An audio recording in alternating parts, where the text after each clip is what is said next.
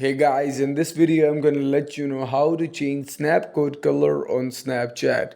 It's simple. First of all, you need to log in your account into the Snapchat mobile app. So if you want to change the color of your Snapcode, so simply you need to understand there is no direct option in Snapchat to change your Snapcode color. Simply you can go in the Play Store or App Store. If you have Android, you can open your Play Store. If you have iOS, so you can open the App Store. So simply search any editor you want. So I just suggest you the Pixlr.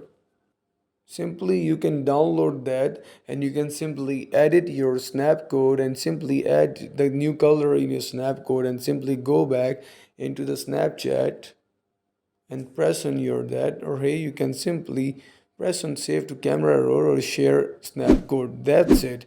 I hope this video is beneficial for you. If you like our video, don't forget to like, share and subscribe our channel. Thank you so much.